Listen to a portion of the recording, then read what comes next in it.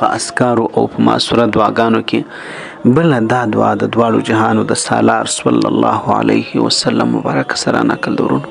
که چیرې د یو چا نفس تنګي کېدله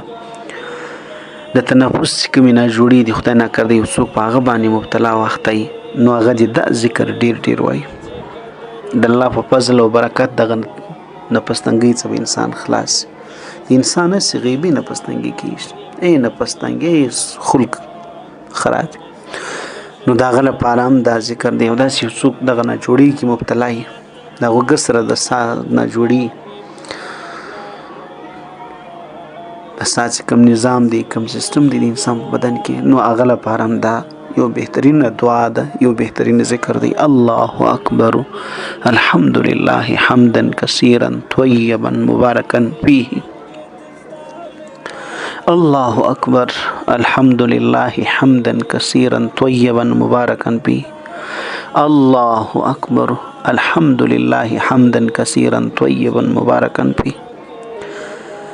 د دې ذکر او دغه دعا صحیح مسلم په اول جلد 419 نمبر صفحه کې را نقل کړی او دا رنګ نور د اذکار او د دعاګانو کتابونو ډیر الله اکبر الحمدلله حمدا کثیرا طیبا مبارکا فیه الله اکبر الحمدلله حمدا کثیرا طیبا مبارکا فیه معنی او لفظي ترجمه دا د الله رب العزت له ټولو نه لوی دی